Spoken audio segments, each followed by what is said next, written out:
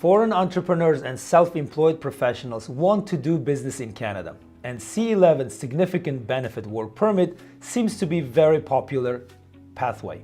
Today we will share with you our lessons from 2023 and tips for 2024. So stay tuned.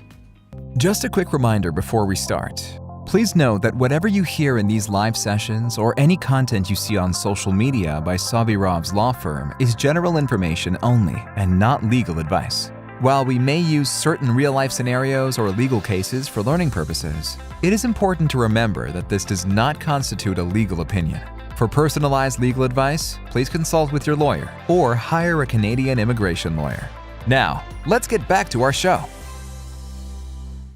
Welcome back to the show. Today we are talking about significant benefit work permit for foreign entrepreneurs and self-employed professionals who want to do business in Canada.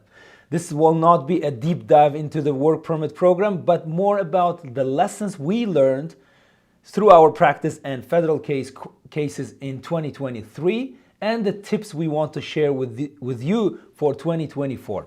So let's start the presentation. First, let's do a quick refresher. What does significant benefit work permit mean? And it's under regulations of IRCC under section 205, the general section 200. A work permit may be issued under this section to a foreign national who intends to perform work that would create or maintain significant cultural, social, or economic benefit. We will focus on economic benefit today, or opportunities for Canadian citizens or permanent residents. So the purpose of this section, Rule 205, is intended to provide the visa officer, the immigration officer, with ultimate flexibility to respond to certain situations where this kind of the entrepreneurship and self-employed professionals are applicable. Now, the guidelines of IRCC say the following. Usually, officers should be reluctant to issue work permit without labor market impact assessment, LMIA. As you know, the LMIA is required for a foreigner to get a work permit in general terms. But this significant benefit C11 work permit is an exception, is an exempt of LMIA. So, however, officers are instructed to issue work permits to applicants without LMIA in the following circumstances that all should be applicable. Situations where LMIA is not available and there is no specific exemption category, and the work of the foreign national would create significant benefit to Canada economically, socially, or culturally. When it comes to economic benefit, very quickly, economic benefits are assessed on a case-by-case basis, and it doesn't always relate to the amount of investment that a foreigner does. For example, economic benefit could be preventing the disruption of employment for Canadians or permanent residents. For example, usually foreign entrepreneurs, they buy existing businesses and continue employing Canadians, right? This is like preventing the unemployment. Second, it could be using their considerable work experiences, the foreign nationals' work experience, in negotiating and concluding business transactions that would benefit the Canadian economy. We can bring a case of bringing your existing business to Canada. So that contributes to the economy, that contributes to creation of jobs and other benefits.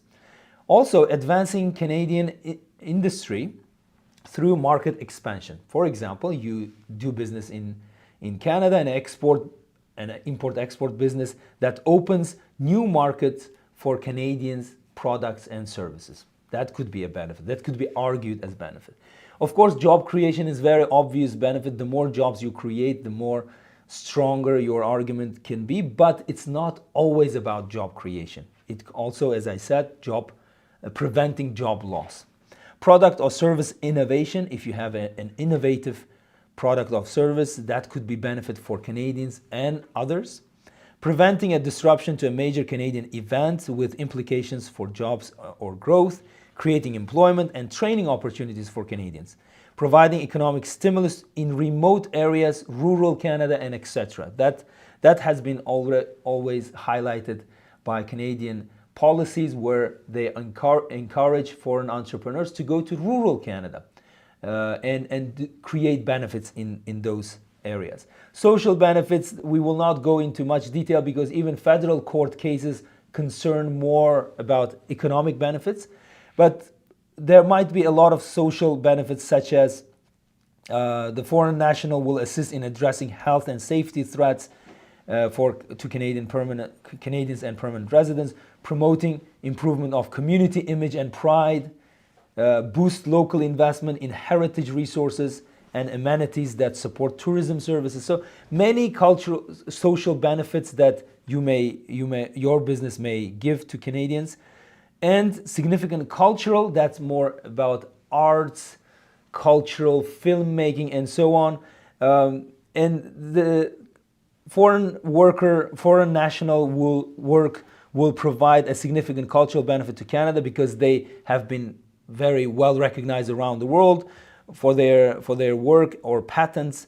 They are member of an organization requiring excellence for its members, and so on. So this is the list. I don't want to go into the detail. You can look it for yourself, but usually it concerns the economic benefit. There are certain cultural and social benefits under this work permit program, but the case law and our practice concerns the economic benefit. So that's very quick refresher. The most important thing in this application is evidence, okay? It's mandatory that officers, according to the regulations and instructions that they receive, to provide a rationale and details for applying this section where C11 work permit is issued. The notes should include information on how the officer was satisfied that the work of foreign national would bring significant opportunities to Canada. So they have to explain. So keep that in mind, that officers they need explanation. They have to put it inside their notes. So there's a specific field justifying the significant benefit exemption. Remember, this is an exemption to LMIA process. So you need to give all the evidence in your package. Evidence is the king. How your activities, your work would contribute to Canada's economy, economically, culturally, or Canadian society as a whole. Evidence is a key. So this is all about evidence in your application. So that was a refresher. We have a detailed deep dive on C11 work permit in our previous videos. Please check our website and our YouTube channel. This was just a refresher, okay? I couldn't go into much detail. But I want to focus on lessons that we learned from our own practice and from the practice of Federal Court of Canada in 2023. There were 12 cases before the Canadian court, federal court. All of them, most of them, like all these 12, they found no significant benefit. So these cases are insight on what is not a significant benefit. Significant benefit interpretation by federal court is very important. In all cases, the court agreed with the IRCC officer that there wasn't a significant benefit. So now let's go through these in more detail, and I brought the cases before your eyes. If you want to check them, go online, find the case, read it for yourself. But very succinct summary of those cases is that, for example, if the court found there was no viable business plan, competing in a crowded market without a specific competitive advantage or specialized skill. So that's a disadvantage for you if you don't have a viable business plan. Business plan is key, that demonstrates significant benefit that your business brings. Okay? Insufficiency of investment in the context of intended business.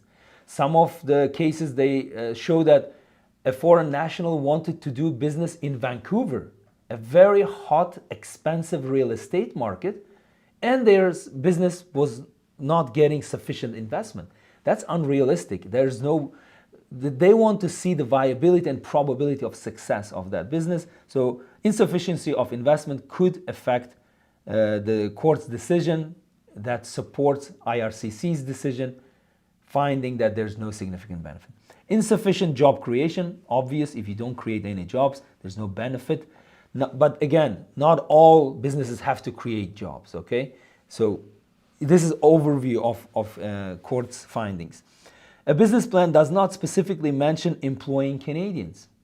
There are some attempts that were made by a foreign national where they just open an office, move themselves to Canada, but all the job is being done by the home country workers, not Canadians. There's no mentioning of employing Canadians. Again, this was found to be not significant benefit. The proposed salary for professionals to be hired is well below the average salary for the relevant area. So don't do that. Make yourself aware of the local salaries and reflect the median salary that you will be hiring and paying the professionals. And very common mistake, usually the court found that unreasonable sales estimates and profit projections. Some of them are so aspirational. Businesses, they say, oh, I did great things in my home country. For sure, I will fly high in Canada. But Canadian market is different. Your aspirations should be realistic. So the court found an aspirational business plan which contains little information to confirm that the general claims respecting expenses and anticipated profits. So too much optimism is a big red flag, and I will highlight the red flags at the end of my presentation. So aspiration, keep them under control. Again, the lack of physical location of work for the planned employees if physical premises are required given the nature of the business. Not all businesses require physical space, but when they do require, you need to calculate that into your business plan, okay? You need to make certain arrangements, sign the lease or get the warehouse or whatever the business requires. Hiring only contract workers and third-party suppliers. Again, not a significant benefit. They are already active in the Canadian market. Those contract workers, they're already. You're not creating something additional. You're not giving additional value by employing them, and would not depend on foreign nationals for their livelihoods. That was the finding in Sham's case. The applicant did not have the language abilities needed to operate the business. Very significant, important issue in many business plans. You need to communicate, be able to communicate in Canadian official languages. It's either English or French, depending on the location of your business. If you're, in this case, a beauty salon, but you don't know how to communicate with your guests, with your clients, that works against you.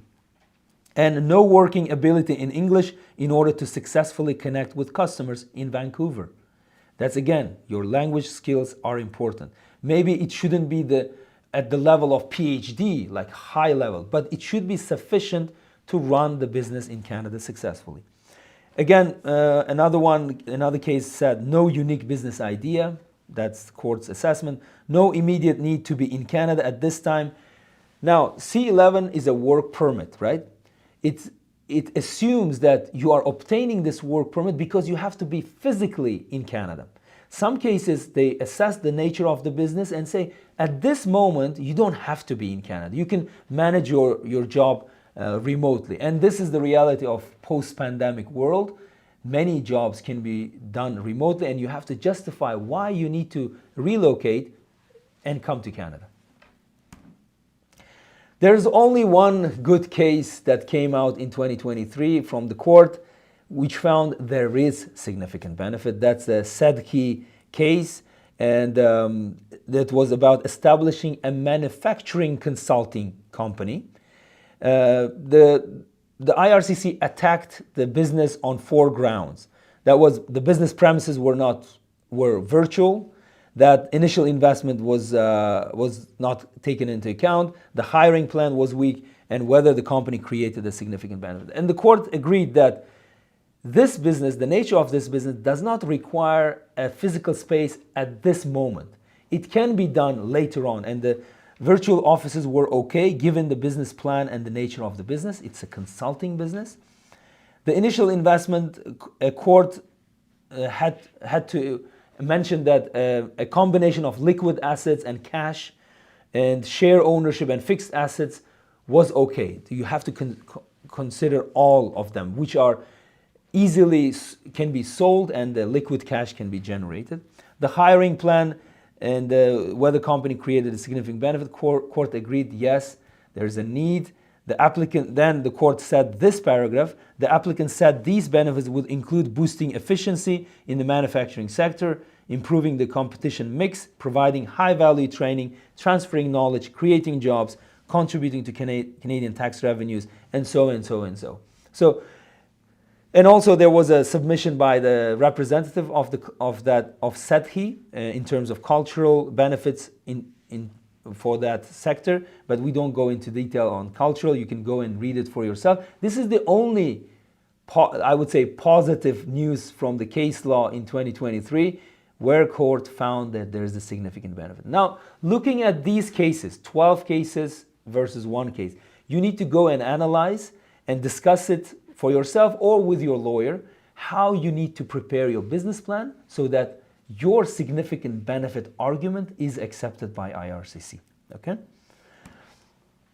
So in our experience, now we discussed the court experience. Now in our experience, two categories of C11, they have different success probability, the percentage of success. One is self-employed category, starting their own business, had in 2023 70.5% of approval. This is only our clients. But in C11 category, under entrepreneur category, where you buy an existing business, has a higher chance of approval. In many shows that we had previously, we mentioned that small and medium businesses in Canada are changing hands. Canadians are selling their business and retiring. So from this statistics, very subjectively, I can say that if you buy a business in Canada, you have a higher chance of being approved. Top 3 reasons for refusal in our experiences in 2023 were the following. The viability of business, very important. And you can see it across the court cases too. Applicants' ability to run the proposed business in Canada, including the language skills.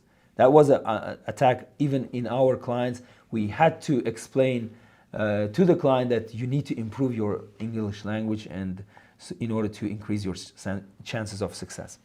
No significant benefit found due to the job creation plans. Again, the third top reason for refusal in our experience. Now, lessons learned. We learned some lessons from previous year. 2023 was a very busy and interesting year. Most refused cases are based on insufficiency of significant economic benefits. That was even the court cases, and our practice shows it. The refusals are all about usually economic benefit, whether or not there's an economic benefit. Officers of IRCC attack business viability to prove the absence of significant economic benefit, as we can see in the previous cases.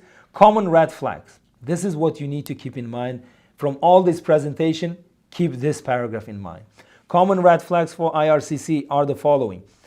Are you going into saturated, well-established market or not? Do your research or hire someone to do your research. Minimal hiring plan. Other than yourself, employing yourself, who are you employing? Somebody else beyond your family members? That's also important. Aspirational business plans with no clear strategy for revenue generation. Too much optimism. This is a developed, perhaps saturated economy, Canada and North America as a whole. How can you penetrate into this economy, into this market? So you need to keep your aspirations under control. If it's too rosy and flowery, then IRCC raises eyebrows. So no competitive advantage. What's your competitive advantage? Are you bringing something new? Are you different than others or something else? Low investment is a big red flag. No language skills, again, big red flag. Low pay to potential employees. Lower than median salary of that location. No physical location secured if your business requires a physical location. You need to secure it. You have to have certain arrangements before you even apply for work permit. No need to be in Canada. Some types of online business. You are still running your online business. Why do you have to be in Canada to run the same online business? So you need to justify that. Courts will not intervene if a business plan is weak and the file is not well supported by strong evidence. We've seen the 12 cases where courts agreed with the IRCC officers, right? They didn't intervene and started analyzing your business plan. When the business plan is weak, they said, okay, I defer it to IRCC, an officer who knows better in terms of analyzing the business plan. I'm not going to analyze a business plan from scratch. So that was the court's position. So you need to keep in mind these lessons from 2023. Now, tips. We've learned the lessons. What can we do now with the tips? And our tips for 2024, if you are an entrepreneur who wants to do business and apply for C11 work permit, file strategy. Number one, avoid or explain the red flags. I've mentioned the red flags. If those red flags exist in your business plan, don't avoid them. I mean, don't disregard them. Explain them, okay? And first of all, avoid them, but if you have them, then you have to explain. Don't leave them open for attack. IRCC officers will look into those red flags and go one by one. Business plan is a big part of your preparation and application package. Make sure you give a very strong business plan. Avoid aspiration or overly optimistic business plan. For sale projections, make sure to be realistic and have a rationale as to why you are proposing these sales targets. On what basis? Have you sold some goods? Have you seen the traction for your services or goods or something else? So you need to have a justification for those high targets.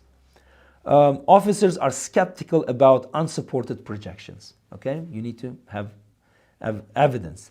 So provide enough evidence specifically on the benefits to Canada. Don't leave it to the officer to come up with explanation of significant benefit. You need to explain. And as I said, the manual and the guidelines that require IRCC officers, if they want to give the work permit a positive decision, they need to explain. So help them.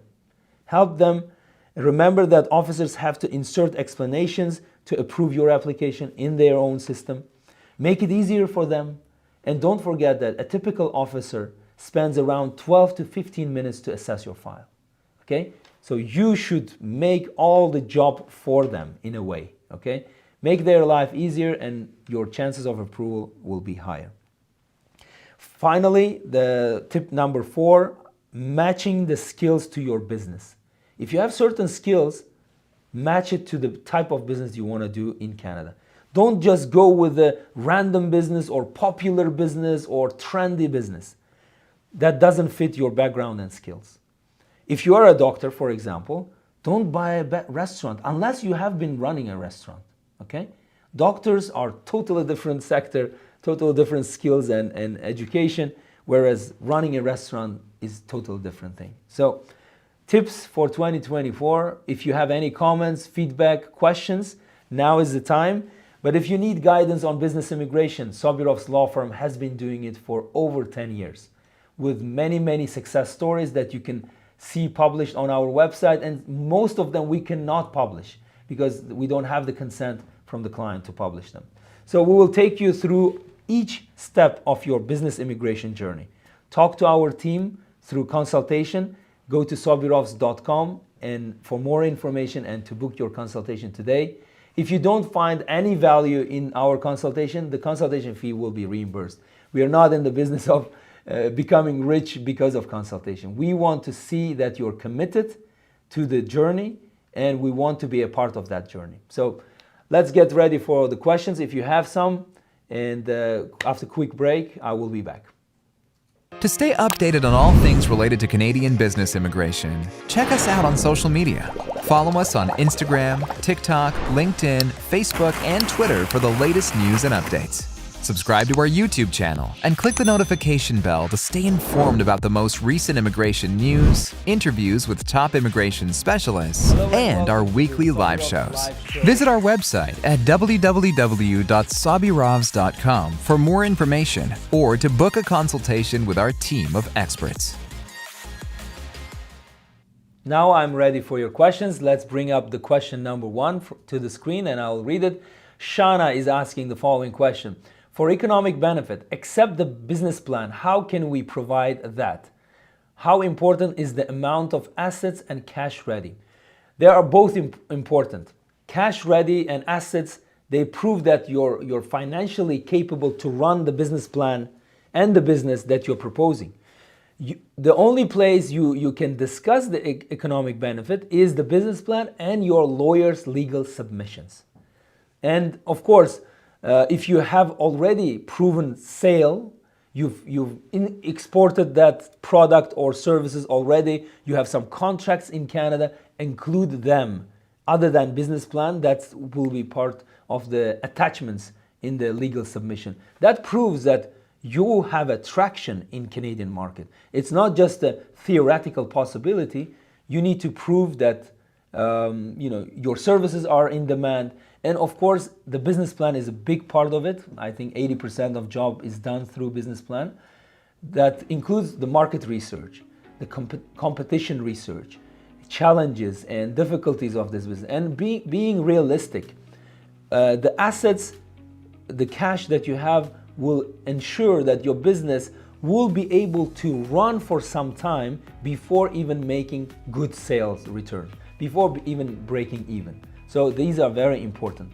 And follow up on Shana's question, if the assets or amount of investment is limited, can we apply for C11 instead of C10? Well, if it's limited, can we apply for C10 C11? Well, C11 is when you have, when officer cannot put you under C10, C11 or C12, which is intracompany transfer, then if they still see significant benefit, then they give you C10. We have a comparison video between C11, C10 and C12. Please go and check that video. It will be helpful. If the assets or amount of investment is limited, if you mean small, right? Is it enough to run the business that you're proposing? Then it should be okay. If the business you are proposing requires $200,000, but you have only $100,000, that's not a consistent, which means that you don't have the financial capacity to run the business, which requires $200,000 based on your research and the objective evidence. Okay, next one, Sweet Mills. Is C11 a pathway to PR via arranged employment? Well, C11 is not directly pathway to PR, but once your business is viable and making good income and can support you, your salary and all the operational costs, the business can give you LMIA-based job offer, which potentially could improve your CRS score and pathway to PR. It's not a straight way. There are certain conditions that you have to meet, your business has to meet, and you have to be ready. But it's a way, it's a possibility when you are ready for PR. Okay.